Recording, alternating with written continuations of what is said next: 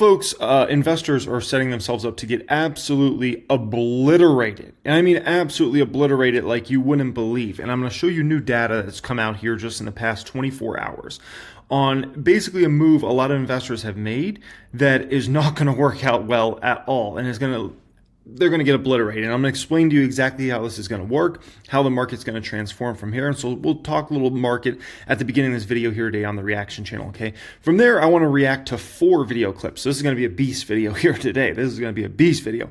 They had some heavy hitters on CNBC here today. Tom Lee went on talking about the market. Then we had Ron Barron, legendary investor. Ron Barron go on CNBC as well. Looking forward to reacting to that one. They had Bryn Talkington on this show, Fast Money Halftime Report, okay, talking about Nvidia, Tesla, buying some of these sorts of stocks. Joe Terranova talking about buying Amazon. I want to speak about Mag 7 stocks. Does it make sense to buy these, not buy these stocks? Do they have an opportunity to still perform great this year or not? Are they a lost cause? So we'll get into that. And then last one I want to react to here is S&P 500 at 6,500 is still our base case for the end of the year, says Citibank. So looking forward to reacting to that one, sharing my opinions and perspectives there. Busy, action-packed time. I hope you guys enjoy me keeping you guys up to date with everything going on out there. All I need from you, one thing only, for you to smash that thumbs up button for me. Hit the like button on this video. It's all I need from you guys. I appreciate y'all for doing that. If you want to subscribe here, you can certainly subscribe. We are now, how many subscribers do we even have on the channel? I think it's like, it's over 80,000. Okay, that's all I'll say. So I appreciate all you guys here on the reaction channel. Okay, so getting started here right off the top. It's very important we start right here. The Russell 2000 as of this morning, it's almost in crash territory. It was down well over 18% from the recent high. So that would be categorized, I would categorize that as a major correction, not a minor correction. That's a major correction, the Russell 2000 we've seen over the past few months here. Almost a crash, not quite there, right? But if you got this baby down a few more percent, we'd enter actual crash territory on the Russell 2000. So pretty ugly, right? And then as far as the Nasdaq goes, as of this morning, Nasdaq down about 14%, which I would categorize that as a major correction for the Nasdaq now at this point in time. Now, S&P 500 as of this morning was down a little over 9%. So we're almost into major correction territory with the S&P 500, but that is still in minor correction territory. Anything less than a 10% drop is minor correction, okay? Now, if you look here, this has gotten very interesting. The last stock that had really been holding up decent it's fallen. Apple trading 220 this morning, and that was a stock that just back on February 24th, so 2 weeks ago, that stock was $247 a share. So we have lost Apple now at this point in time, and that was the one stock that was actually holding up decent, right? Nvidia was getting hammered. Tesla, Meta was starting to fall, all those stocks, and Apple was the one holding up. Not anymore. Housing stocks continue to get hit, right? Look at Enphase here today, down another 5+%. That one's been trading even in the 50s here recently. Whirlpool getting hit again. RH getting hit again. So all the housing related stocks continue to get hit, and to be quite frank, those ones might continue to be in a tough place for quite some time, right? We're obviously getting news like this. Airline CEOs warn domestic travel, which is just a fancy way of saying USA travel, demand is slowing. Delta, American, Southwest have cut their first quarter forecasts. Government travel has also slowed, executives said. So obviously Delta, American Airlines, stocks like that getting hammered here today. And listen, then that leads perfectly into recession, right? I mean, at the end of the day, if airlines say, hey, demand's not there, people start getting real freaked out real fast about recession, right? And so very, very natural for that to happen. I posted this, not sure if you guys follow me on X. I always have my X and my Instagram linked in the description area. Not sure if you guys follow me on X or not, but I posted this one just a couple hours ago. I said stock market crashes usually last 300 days. Now, we might not be in a stock market crash right now. This must be a correction, right? And I'll show you how long corrections last here in just a moment. But let's say we're actually have entered into a stock market crash, which once again is very debatable. But if that does happen, you could say we got many months of just a kind of an overall downward move. Now, in stock market crashes, it doesn't mean the stock market goes down every single day or every single month or every single week. But the gist of it is it goes down and down and down over a given period of time, right? So I posted that. But the more likely probability, the higher probability here is we're not in a stock market crash right now. We're in a stock market correction right now, right? So how long do stock market corrections last? Well, stock market corrections are pretty darn quick. The average fall in a correction is 14.1%. Okay. Now, and you could say the Nasdaq already hit that basically today. So the S&P 500 is still, about 5 percentage points away or so, right? Now, the average recovery time takes only 4 minutes from a correction. Once again, we're likely in a correction. There's no guarantee. Maybe we're going to be in a crash, but much higher probability is, I would say 80% probability we're in a correction right now, 20% probability we're in a crash. So in the 80% probability camp, like this correction's probably about over now at this point in time, or ending very, very shortly here. If it's not over now, then it's going to be ending very, very shortly. And essentially we'll recover strong over the next 4 months, essentially. So do keep that in mind, right? Now, this is where things get really fascinating and really scary. And I mean really scary. Check this out. This just came out 15 hours ago. Total U.S. put option volume just hit the highest level on record, according to Zero Hedge. Shorts are going all in. All in. Oh boy. Oh boy. They just loaded the boat on put options. Oh my gosh. Woo! You want to talk about getting set up to get wrecked? Oh my gosh. Okay. So, now for these individuals, you got to understand, everybody loading up, highest volume, highest level on record. People loading up on put options yesterday, and I'm sure they were loading up on put options this morning as well. Have you seen the VIX? The VIX is very high. It's the highest we've seen it in a long, long time. Which means all these people buying put options yesterday and today are all buying them and likely having to pay insane premiums. Which means now these individuals need a full-on stock market crash to make any money. This correction is not going to be enough because of how much they're going to have to pay on premiums. So now if hypothetically over the next month, over the next few months, for the remainder of this year, let's say the stock market doesn't go down, and let's just say the stock market's flat. These individuals are going to lose 100% of what they just put into those put options. 100%. Not like, they go down, you buy a stock, you buy, Apple stock, right? And stock price goes down, short-term correction in the market, crash in the market, whatever. You go down 20%, 30%, 40%, 50%. Okay, as long as Apple does their business on a high level over the next few years, like you'll get the money back, right? And then some. On these put options, if it doesn't go your way, you lose 100% and you can't get the money back. There's no recovery time.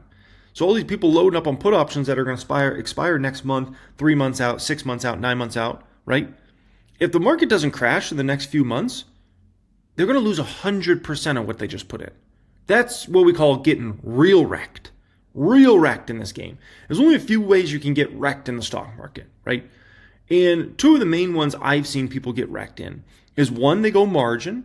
So it means they're taking out debt to basically invest even more money or trade with even more money. That's how you get wrecked. And the other is you load the boat on put options or call options, thinking the market's going to continue to go away it's going, and then you get wrecked and you lose 100%. So these people have to have a stock market crash. They don't have a stock market crash, they're wrecked because the premiums they had to pay yesterday, astronomically high, and same thing with this morning, astronomically high. Now, to make matters even worse, I could show you what happened in 2018. 2018, there's a lot of similarities between what's going on this year and what happened in 2018. A lot of similarities, right? But in 2018, early in the year, people thought, we're gonna have a crash, right? Because the market sank rapidly at the very beginning of 2018. And people are like, oh man, we're gonna crash. The market's just entered a crash phase, right? And then the market came back extremely strong. People are like, whoa, what the heck? Shoot, we are wrong about that. And then it fell really rapidly again. And then people came out and start buying puts. They're like, told you, I knew this market was going to tank. Boom, here we go, baby. Big crash incoming. And it didn't come. And you know what happened? The market raced to all-time highs over the spring and summertime. And those people that were loading up on short positions and put options when the market was sinking here think we're about to go into a full-scale crash because Trump is doing tariffs and blah, blah, blah, and Trump did this and Trump said that and Trump. And what happened? They got a pie in their face. All-time highs in the market, right? Oh my gosh. And then we actually did have an almost crash at the end of 2020, or at the end of 2018. It was an almost crash. It was a major, severe correction in the market we had at the end of the year. But in the meantime, all these people that loaded up on puts and short positions thinking we're about to have the crash just absolutely got obliterated over that spring and summertime. And who's to say that's not going to happen this year? Who's to say that's not going to happen, right? Listen. What do I always tell you guys? The biggest companies in the stock market, right? The biggest companies in the stock market are the ones that are the big tech companies, right? The ones that matter most. Are their earnings going to magically just completely fall apart? Is that going to happen? I don't think there's a very high probability of that, right? And so their earnings are probably going to be fine over the next few quarters, right? They already kind of sandbag guidance a little bit. And so if you're hoping like Meta's earnings just tank and Amazon and Nvidia and all those companies, it's always a possibility, but I'd call it pretty low probability, right? And so that's going to come out. Tariff situation's probably already at max fear, just to be quite frank. Like I can't see it getting much worse in regards to tariff fear specifically, right? And all this Trump drama, like I feel like we got a lot of Trump drama going on right now, like a lot. And I feel like if anything, that's going to subside over the next few months. And so all of a sudden people start looking out there and saying, okay, wait a minute. We got all freaked out. Trump was this, Trump was that, Trump, Elon, Trump, Elon, Trump. Oh my gosh, what did we do? We went all heavy on puts and we sold out of everything. What did we do? That's what happens. That's exactly what happened in 2018. And people were like, whoa, crap. Think we screwed up here, right? Now, the Fed, with all this drama going on that we have right now, let's be very clear, we could have more cuts coming. We could very well have a lot more cuts coming, and that's a little different than 2018. In 2018, you had a Federal Reserve that was, kind of hell-bent on raising interest rates. They thought they were behind the curve. They wanted to raise interest rates. Now, we've got a Fed that's actually got our back. And so if there's a lot more drama, a lot more market volatility, a lot more fear about recession, right? Some bad jobs numbers come out over this next couple months. Fed's going to be much more ready to cut for the remainder of this year. And you could see several 50 basis point cuts this year.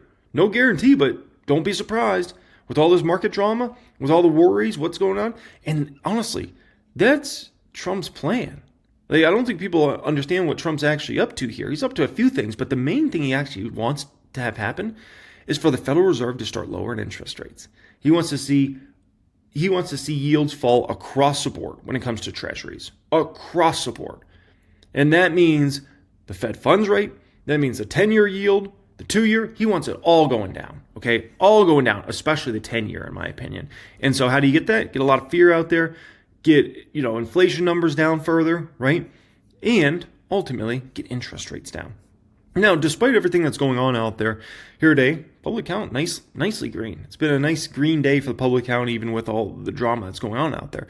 Now, let me show you a message I posted for the private stock group members because I saw sentiment. I still read through comments section on my videos, whether it's this channel or the other channel. I don't obviously get to see all the comments because it's a lot, right? The channels are fortunate to have a lot of subscribers, so it's a lot of comments. But I try to look through them and see a decent amount to get a gist of kind of, how people are thinking, how people are feeling out there and whatnot. A lot of people talking about selling my stocks. I just sold my stocks here today. A lot of that sort of talk. Not everybody's like that, but there's definitely a good amount of people. A lot of people, we're going to have a crash. Now, people that don't even do this for a living now, think they can call crash. They think they know they can predict what's going to happen with the stock market. Okay.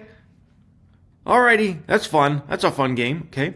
This is what I said to the private stock group members. I said, seen a lot of, I sold my stocks today.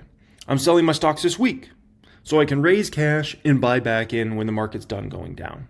I said, good being luck to you. Every multimillionaire, billionaire investor, including myself, will tell you, don't time the market. You can't time the market. It's an impossible game to win, and your returns long-term will be worse. But people fall for the trap again and again and again.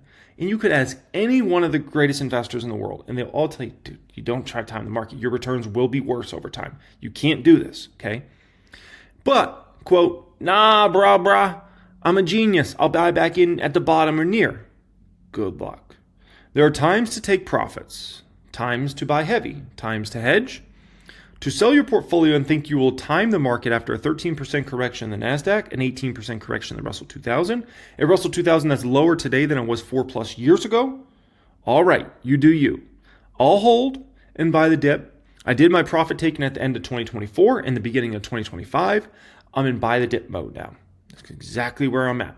And so, all these people that think, they're more intelligent than me. They're more intelligent than Warren Buffett. They're more intelligent than Peter Lynch. They're more intelligent than all the people that got millions and millions and billions of dollars. Yes, they're all smarter.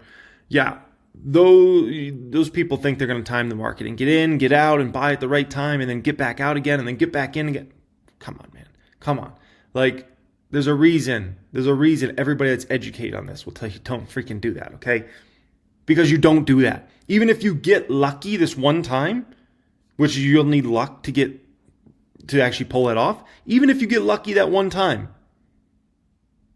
you're going to fail. You're going to fail because you're going to try to do it again. Because why would you just do it one time?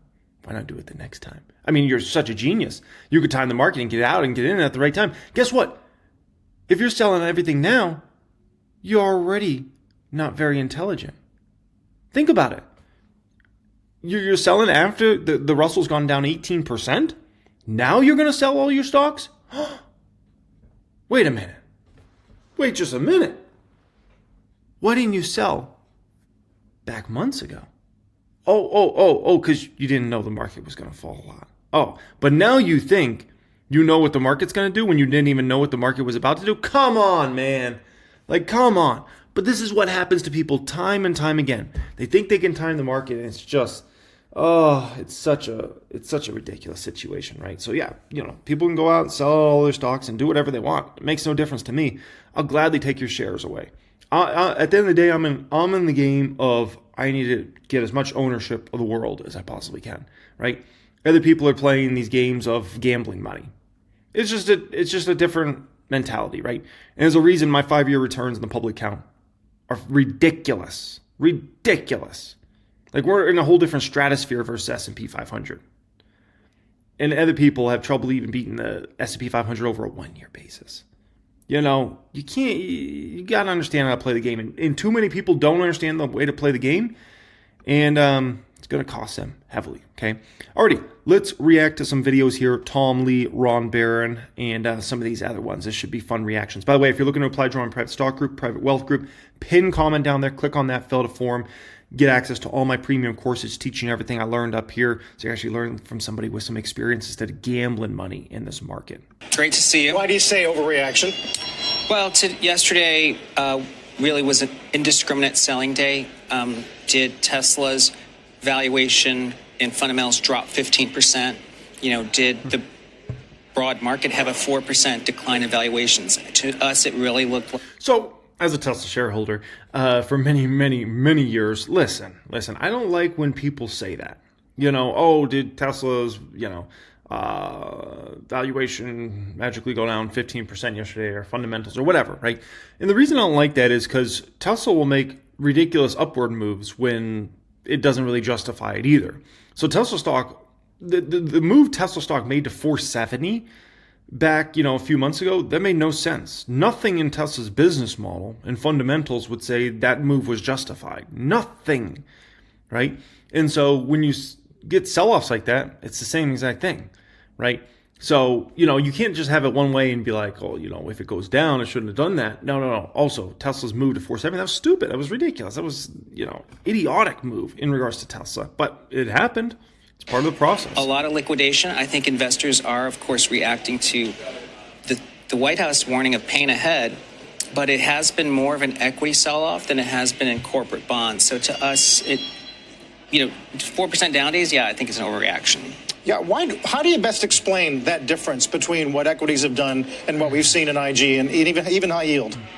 Well, I think on the stock side, markets are now saying, look, the new regime is we have to take the tariffs seriously. Now we don't know how long these tariffs might be. Will it hurt growth? And we've seen cuts from economists. But the bond market is saying, well, you know what? This is a growth scare. But the Fed is also now in a position to begin cutting because inflation pressures are abating. So I think the bond market is sort of pricing in a Fed put. The stock market saying, I'm not sure if there's a White House put, and then the Fed's on hold, and I think that's the divergence. So which one should we be listening to? Well, I think the Fed put, in fact, is probably coming back because the odds of a May cut have been inching up. They hit 54% yesterday. And, in fact, total cuts hit 3.5 cuts, which is now 2.5 or 1.5 more than the Fed's guided. But I think that the Trump put exist. I mean, I know they've explicitly said there isn't one, but look at yesterday. Tesla's down 15%, and on Truth Social, Donald Trump talks about Tesla. So I think a put exists. We just don't know the level when the White House intervenes. And then today's the Business Roundtable. We'll find out. He does, but then he kind of ratchets up the dialogue as it pertains to the trade war this morning on Truth Social, regardless of all of the headlines surrounding tariffs and the trade war and what it means for growth and what it means for the market reaction. That's right. And for a while, markets ignored those tariff headlines, and now they're taking it very seriously. But I think at the end of the day, if we take every headline at face value, then markets are completely paralyzed. And of course, that again creates opportunity because at some level, all these stocks are really attractive opportunities, especially something that's had a 50% drawdown. I mean, you can talk about the Nasdaq being an overreaction at a 4% down day, but Tesla was up $500 billion in 2 months at the end of last year. I mean, was that an overreaction to the upside? This is what we're trying to figure out, right? Thank you. That's my point. In terms of valuation and investor expectations coming into this period when it's become a little bit more noisy. Yeah. Well, there used to be this term a while ago called rage selling, and I think these days with instant liquidity, markets have rage selling. And I think it's not just individual. I think institutions push a button and go flat. So I think that, we're getting whipsawed these days. And but in all due respect, Tom Lee, what do we call this right here? That looks like rage buying. And that was enough off of nothing fundamental. Nothing fundamental was going on there that's like, we got this new big product that's like the game changer that we're going to make so much money on next year. No. Nothing like that, right? So this was rage buying, if we want to call this rage selling, right? Both moves dumb. Like Tesla should be, once again, a Tesla shareholder for 100 years and still own shares in the stock. The stock price should be right now, 125. That would be fair for Tesla, 125. If it went under 125, I'd probably start buying shares. But 125 is a fair price. But to titrate that, like, was Tesla worth double what it was compared to November, and now is it worth half? I'm not sure, but I think it's somewhere in between. Meantime, there's still a lot of desk notes about CTA supply and the next 5 days. There's plenty to sell. Are you buyer that even if we bounce today, it's going to be more of a process? Well, I think positioning does tell us we're stretched to the downside, and we know markets are oversold, and we know sentiment's bad. I guess the real tell is we need to have follow through because last week felt like we could be bottoming, and we failed Monday. But do I think that, a 10% correction, shouldn't happen? I mean, this is like the sixth correction of 8% or more since 2022. So it is pretty garden variety. But, getting down more than 10% to me is like we've got proof of a recession. And I think that's why the data points next few weeks are going to matter. Yeah. So if we do draw down 10, you'll want to talk again. Yes. Okay. Tom, thanks. Close. Yeah. Well, maybe before. Tom Lee, thanks so much. Thanks. Yeah, anybody's best bet for the next few days. I mean, and the worst thing, in my opinion, could be to set people up to really get screwed over the next few months is if over the next few days the market continues to go down. Because I think if the market continues to go down, people keep thinking like, puts. Look at put options. I need to buy puts. I need a short. I need a put. And I think they're just going to get sucked into even a bigger trap. So, we'll see how that plays out. CEO. He's been, again, a longtime investor, not just in Tesla, but in many other Elon Musk companies. And Ron, thanks for coming in today. Thanks for inviting me. Let me ask you very quickly right now how you're feeling about the overall markets. You're a value investor when stocks come prices. I mean, here's the best way I could explain it to everybody, okay? You want to be, if you're going to bet against stocks and bet against the market, you need to do so when everybody's super bullish on the market and everybody's super bullish on stocks. So when I was placing my hedges on, right, at the end of last year and then the beginning of this year, perfect time to do it. Why? Because everybody was so optimistic. Everybody's just bulled up, right? Markets at pushing all-time highs, valuations insanely high. VIX was dead. And so therefore I was able to buy put option contracts for so cheap. Now the issue is people are not so bullish. Massive amounts of people are bearish. Actually, there's way more people bearish on the market. You look at the latest AI investor sentiment numbers. Now, only 19% of investors are bullish on the market the next 6 months, right? 60% roughly are bearish on the market the next 6 months. Like everybody's freaking bearish now. And the VIX has exploded. So now if you're going to buy put option contracts, you're paying through the roof for those prices. It's ridiculous. Which means because anybody that wants to sell put options, right, they want to get massive premiums for them because they're like, I'm taking a big risk here. What if the market goes into a full scale crash, right? And so therefore, these people that are buying all these puts right now are having to pay astronomically high prices for them. It's not the great time. Like you missed it. Now you're late. And so now the thing is, even if you get a small scale crash, a lot of these put options still won't make people very much money because they're paying such huge premiums. They need these stock prices now to go down so substantially to make any real money, which makes a very bad risk reward profile. If you're counting on a stock market crash to make your puts make money, you're not doing it right. You're not doing it right. In order to make money on put option contracts, you've got to go in with the assumption of these could make me money even if the market doesn't tank in any meaningful way. If you want to say, okay, take it a step further, a correction. But if you need a crash to make money, you're in trouble by that point in time, right? That means you paid way too much for your premiums, and that's what's going on with people that are buying all these puts right now. Down, sometimes value investors get pretty excited. How do you feel about things? It makes people very unsettled right now, all the things that are happening so quickly. I think they're intentional. I think that the government, you got Musk, incredibly consequential person, advising the president. And I think that all the things they say that make the market go up or down, you shouldn't think that those are by miscommunication or error. They're all intentional. Not intentional to drive the stock market down, to get to a different place for the economy. Well, everything. Yeah. I think they might even be intentional to try to slow down the economy, get rid of inflation. First-term president, the first thing you do is try to do things that are going to be unattractive to your constituents, if you're running for election. But you do it now, get it out of the way, and then a year and a half from now, then things will look better. A year from now, things will look better. But stock prices, I've been saying for a little while now, I can't believe how cheap they are. This are the things that we look at. So you're on a buying spree right now? I didn't say I was in a buying spree. I just said I can't believe how cheap things. I own a lot of things. I'm a long-term investor. It's interesting. I listened to your analyst this morning on television, and you were talking to him about Tesla. Gene Munster. Gene Munster. Mm-hmm. And you were asking him, great shirts he has all the time, I guess. But you were asking him about what he thought about Tesla. And I said, well, for a 4-week horizon? Yeah. A 4-week horizon. So that was his mindset, a 4-week horizon. And then, I think he did say for a 4-week you could see some volatility, but longer term he was a fan. Yeah, but I mean, he was focusing on 4 weeks. Right. And basically, I met Elon in 2010, and it took me 4 years before I invested anything. And between 2014 and 16, invested $400 million, and we made $6-7 billion on that. And then we invested in SpaceX in 2017 on. About $1.1 billion. That's now worth about $4.5 billion. I think that over the next 10 years in SpaceX, we can make 10 times. Elon thinks we're going to make 30 times. In Tesla, I think we're going to make from where it was $1.1 trillion. I was thinking we would make 4 times over the next 10 years. I think we're going to make more than that now from these prices. Ron, so there's 2 issues, I think, going on with Tesla right now. I'm curious where you land. There's the fundamental issue, which is just what's happening in the economy, how many people are going to buy cars, at least the products that we know about today, right? When you think robo-taxis develop, when you think new cars come out, all of that kind of stuff. That's the actual fundamentals of the business.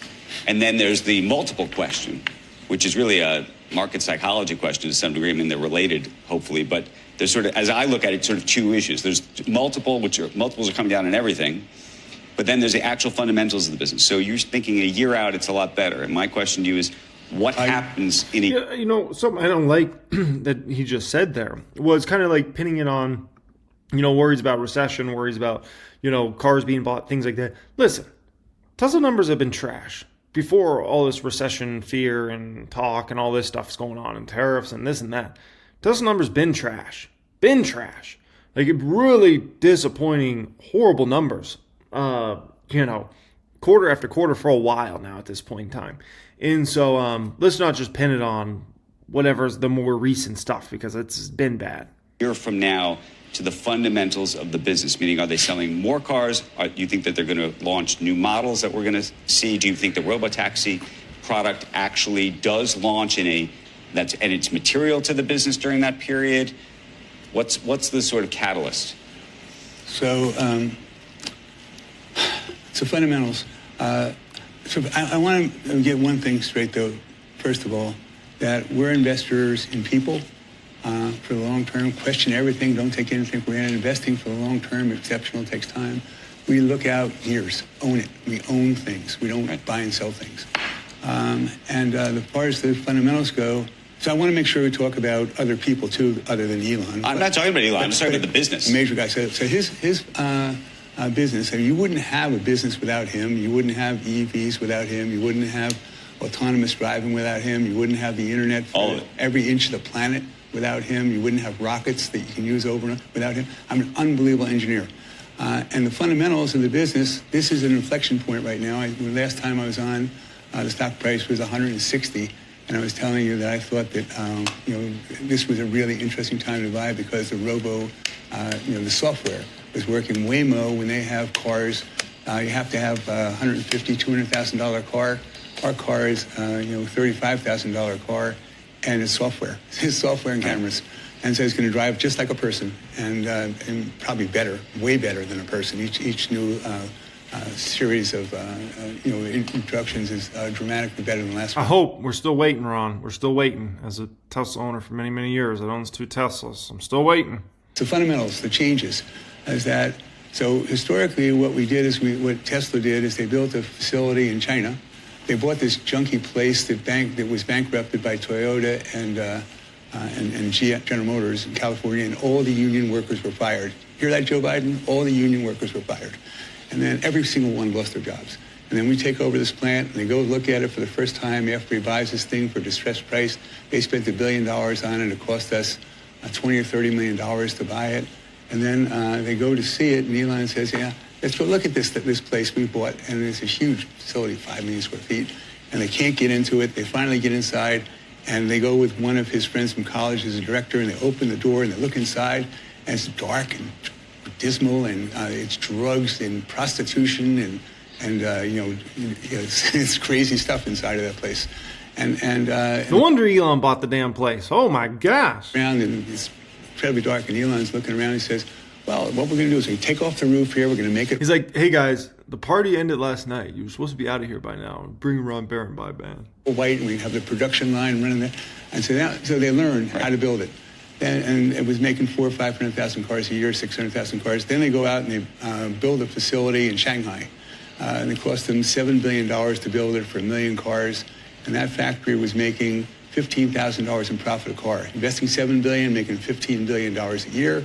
And then price cut after price cut after price cut. Chinese are incredible competitors. I don't understand how American car companies will survive, except for Tesla. And so... I'm going too long. But, no. Ron, let me just ask. But anyway, the fundamentals are changing. Instead of making $5,000 or $6,000 or $7,000 a car, you're going to robo cars, and every time they have 1 million cars that they make, that they keep, that are $30,000 a piece that last 1 million miles, those cars are going to generate 50,000 revenue miles a year. So before the model was they're making $7,000 in profit a car, $6,000 in profit a car, 1.8 million cars. Now, all of a sudden, you're keeping the cars and making them robo-taxis. What that means is that if you do 50,000 miles a year for a car, those cars will generate 50,000 revenue miles, will generate $30,000 or $40,000 or $50,000 in profit per year, per car. So every time you have 1 million... You're adding 30 or 40 or 50 billion dollars to 30 or 40 or 50 billion dollars to profits per year for a million cars. Okay, so once again, this is another thing that frustrates me so much as a Tesla investor is how unrealistic we are. We don't even have the technology done yet. The technology is not even done. We haven't even gotten the cars to be able to get to a place where it drives far better than a human. That's still a work in progress. So at some point, I think Tesla will get it done. I think they will. Is it this year, next year, the year after? I don't know, okay? But my thought is they're going to eventually get that done. But the tech's not done, which means we can't even begin to run numbers on this. And it frustrates me so bad. We're going to do this. We're going to get this much per mile. And we're going to do this. Dude, we don't even have the tech done. We don't know what we're going to be able to realistically charge when that time does come. And we can scale this up into some big thing. Whether that's in a year from now or 3 years from now or 5 years from now or 7 years from now. So to start running numbers and be like, we're going to be able to make this much and it's going to work this and this. There's going to be a million problems here. There's going to be a million issues. There's going to be a lot of crap that has to be dealt with. Okay. And so to just start running with these numbers and these projections, and I've been watching Tesla investors do this for years. And here we are years later, and we still don't even have the tech done. Never mind the numbers. This is a long-term, long thing that's been taking forever to get ready. It's still taking forever. And at some point, this will be scaled up. Maybe it's 5 years from now, 3 years from now, 10 years from now. At some point, I think they'll have it scaled up. It'll be a big thing, but how much money does it make? I don't know. We'll see. Don't just go, throwing stuff around when we don't even have a product in the market yet. That's the big issue, okay? Alrighty, next one up here, Nvidia and Tesla. Of the unwind that's happened in some of these trades. Nvidia lost $140 billion worth of market cap on Monday alone. And we had said last week in the midst of the big drawdown that $1 trillion in market cap was almost wiped out of that name. It's down 28% off of its record high. Jonathan Krinsky suggests oversold. Yeah, it can always get more oversold. But if you're hoping for a good entry point, this is your chance in the markets overall. You take them to heart today. You bought more Nvidia. Yeah, I bought quite a few things. I think that this is where price and fundamentals have separated themselves, because while Nvidia continues to be entrenched, look at CoreWeave, which is a private company that their whole business is around Nvidia GPUs. They just signed a 4 or 5 year deal, with a $12 billion deal with OpenAI. This company is getting stronger. I don't know the PEG ratio, but it's very low because the growth rate is still very high. The problem with Nvidia today is sentiment. But what I know about sentiment is sentiment will change because the fundamentals of this company continue to get better and better while the price gets lower and lower. So I think it's a great opportunity to add to this name here. It seems like a no-brainer. In the short term, can it go below 100? Sure. But I think 12 to 18 months from now, this company is going to be meaningfully over $109. Joe, you told our viewers you were and I've even recently here, I've even considered buying Nvidia back, right? Which I haven't owned Nvidia for a few months now, but I thought about maybe buying it back. But the tough thing with me with buying Nvidia shares back here, let's say around $100, or even if it goes below 100, is I look and I say, okay, let's say I put $50,000 into it, right? I look and I say, I'm probably only going to make, and that's not bad, but over the next 3 years, I probably make 50% to 100% of my money. If I put the same $50,000 in AMD, I believe I 3x to 5x my money over the next 3 years. That's where it's really difficult, and that's what's keeping me from buying Nvidia right now. Because sometimes people are like, why not buy Nvidia back? You know the company well, you've been a shareholder on and off for, since 2018. Why not go ahead and buy those shares? And that's the way I look at it. I'm like, probably 50 to 100% upside over the next 3 years versus AMD, I get a 3x to 5x. And so it's tough. It's like, do I want my 50,000 to become 75,000 to 100,000, or do I want my 50,000 to become, 150,000 to 250,000 over the next 3 years? So that's kind of the way I look at it as well. And, both companies come with certainly risk, but I actually think NVIDIA comes with a little more risk than AMD because they've already gotten their numbers up so high in regards to GPU business, in regards to data centers and everything they're doing AI-wise. So if there's a cutback there, NVIDIA's set to get hit much harder than somebody like AMD, right? At the close yesterday, buying Amazon. In fact, you did just that. You bought it at just under 194. Yes, so I'm being tactical, and I'm not apologizing for doing so. I think this week there is an opportunity to get a little bit of a moderation in all of the short positioning and the bearish sentiment that's currently unfolding. One of the ways I want to do that is, okay, let's take a look at my personal exposure and where can I put some equity names into that exposure to kind of elevate my capture versus the S&P itself. So I am underweight the Mag 7. If you look at the ownership that we have in the JOTI ETF, we don't have Apple, we don't have Microsoft. Personally, I own none of the Mag 7. So Amazon is the one name that I have been waiting on. I've spoken on air at length about what I perceive to be their leadership, AWS, cloud growth, their ability to expand even further into live sports programming. And this company has showed when they want to accelerate the revenue growth, they can. You've got 7 consecutive quarters of double-digit revenue growth. It's something this company has not seen in quite some time. And I do believe, because of the economy of scale, that they have a degree of resiliency in a recessionary climate. So it's one of the names. I haven't done much lately. I bought some Amgen last week. This week I'm picking up Amazon. I'll take a look at maybe some other names and try and play this tactical bottom. I could be wrong. So sure. We've checked Tesla every day within the A block. Amazon's one of those stocks. It's just, who cares what's going on short term with the stock price? You know, it's always a buy. It's always a buy. Like, you know, you buy Amazon stock, you make a lot of money over the next few years. It's as simple as that.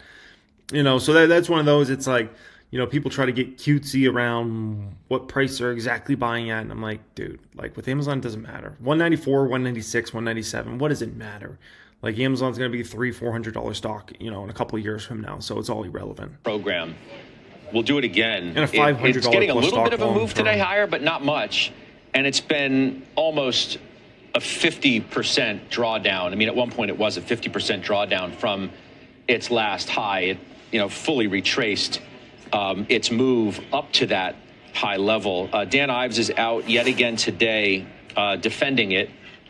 Adam Jonas talks about, well, could you go to 200 and then 800? Maybe that's where this thing's going. Bryn, you bought more of this name too. Yeah, you know, I think that, could you think of a company this size that has become so divisive, and a company more, or a CEO, founder, more hated? And so when it goes to sentiment right now, this stock has all of those ingredients. A big run up in Q4. You have auto sales have been declining in the short term. You've got Doge, et cetera. And so I feel that the bear case to Adam Jonas's was 200, his bull case is 800. And I think that's what he was saying. For me, I thought the stock was too expensive at 420, 30, 40. I sold calls. I've clearly closed those out. I think that down here, I wanted to add some more exposure because I think the sentiment is just so terrible. And I know that psychology shifts all the time. Yeah, you know, the thing with Tesla is it's not just the whole Elon Musk saga, right? It's the fundamentals suck. You know, our car business sucks right now. The energy business is probably going to start going lower now that Biden's out of office. And I think ultimately I'm much less bullish on the energy side of the business now over the next few years than I was, let's say, over the last few years, right? And so, if anything, I think growth rates are going to slow substantially in the energy business over the next few years. I hope I'm wrong on that, but I don't be surprised if I'm right. And so we just have nothing to go off of, right? And the whole self-driving taxi, blah, blah, blah, like that's still getting pushed way out. So it was just, you know, that's what's going on with Tesla. You know what I mean? It's not like it's like just Elon's being crazy, Elon's doing this. No, it's like the fundamentals suck after Tesla. And we're at a high valuation still. Even after this crash, we're still at really high valuations. Like I said, Tesla stock right now should be 124. And even at 125. And even at 125, it doesn't mean it's like a steal deal. It just means like that's pretty fair value for given what you would expect Tesla to be able to pull off over the next 5-10 years. 125 seems fair, right? Under 100, then we talk about, okay, now we're entered like buying territory. Load the boat. I mean, I would load the boat on Tesla if Tesla went under $50 a share.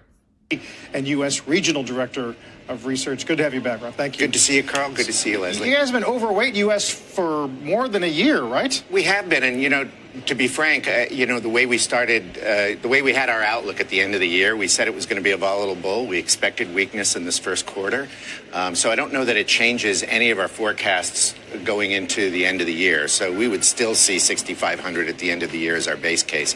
But we do know that with policy uncertainty, a slowing economy, that there's going to be some adjustments here in terms of, so that's why I would emphasize the word pause in U.S. exceptionalism. Right. Is it more about growth expectations being tempered here or rising in other parts of the world?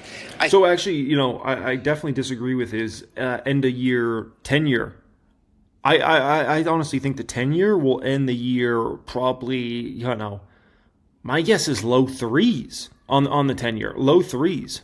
It's more that we're seeing more fiscal stimulus and more monetary policy easing in other regions. We didn't mention Europe, but I think we also have an overweight in Europe as well as China.